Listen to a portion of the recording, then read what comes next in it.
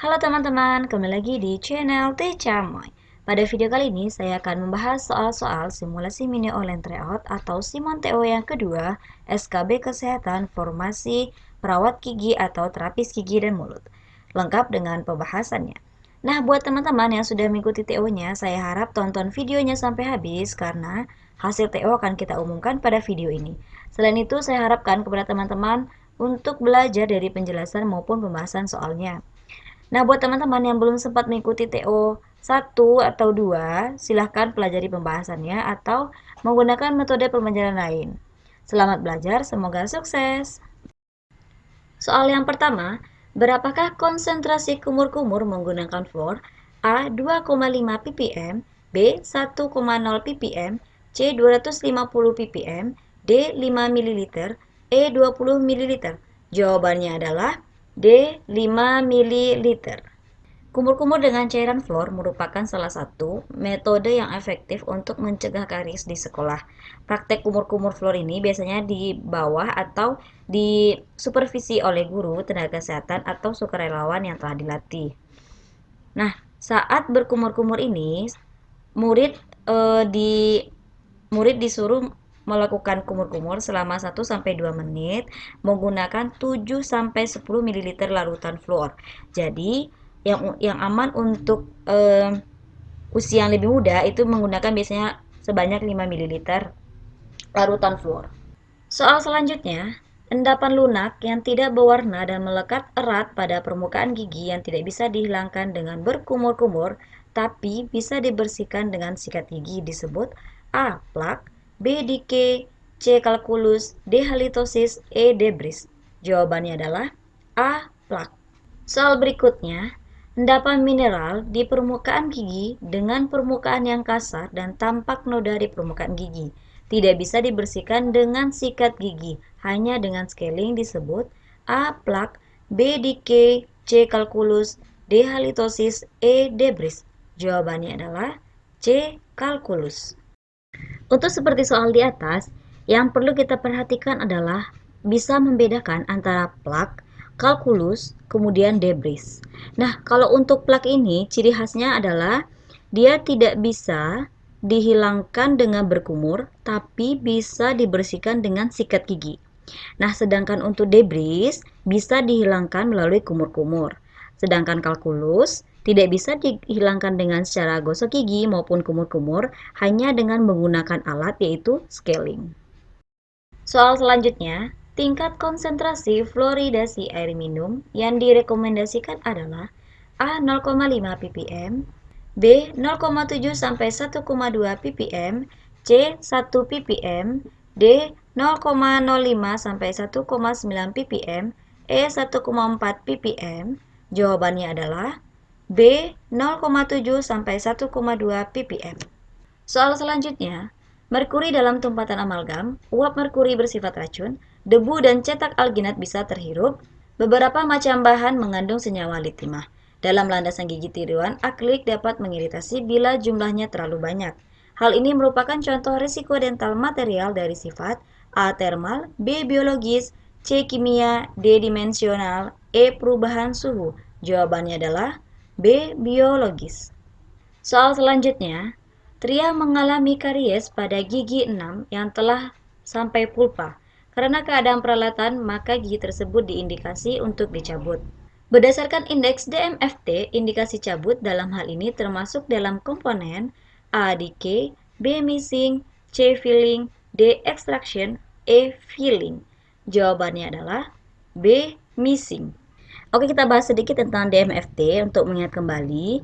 Jadi untuk mengukur karies gigi biasanya digunakan indeks DMFT untuk gigi tetap dan DEFT untuk gigi sulung atau gigi desidui. Kenapa digunakan? Karena ini yang paling banyak diterima secara universal. Kita jabarkan sedikit tentang DMFT. D-nya adalah decay, yaitu kerusakan gigi permanen karena karies yang masih dapat ditambal. Sedangkan M yaitu missing, yaitu gigi permanen yang hilang karena karies atau gigi karies yang mempunyai indikasi untuk dicabut. Sedangkan F yaitu filling adalah gigi permanen yang telah ditambal karena karies. Soal selanjutnya, Indeks yang digunakan untuk menilai penyakit periodontal dihitung dengan menggunakan jumlah rata sekstan yang terkena penyakit adalah A. DMFT, B. Debris Index, C. Irenda Notes, D. CPITN, E. DMFS. Jawabannya adalah D. CPITN.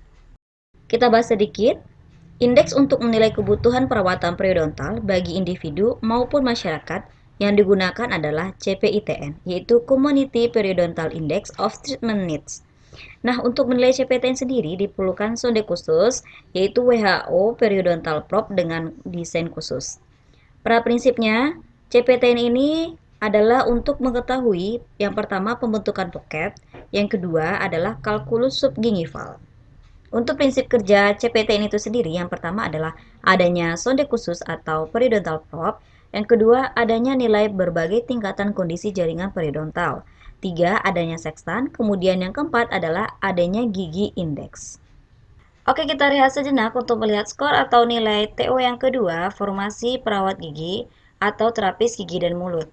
Dari total jumlah peserta 300 orang yang mengikuti TO SKB 2 ini, yang mengikuti formasi perawat gigi hanya 19 orang dengan skor nilai tertinggi adalah 60.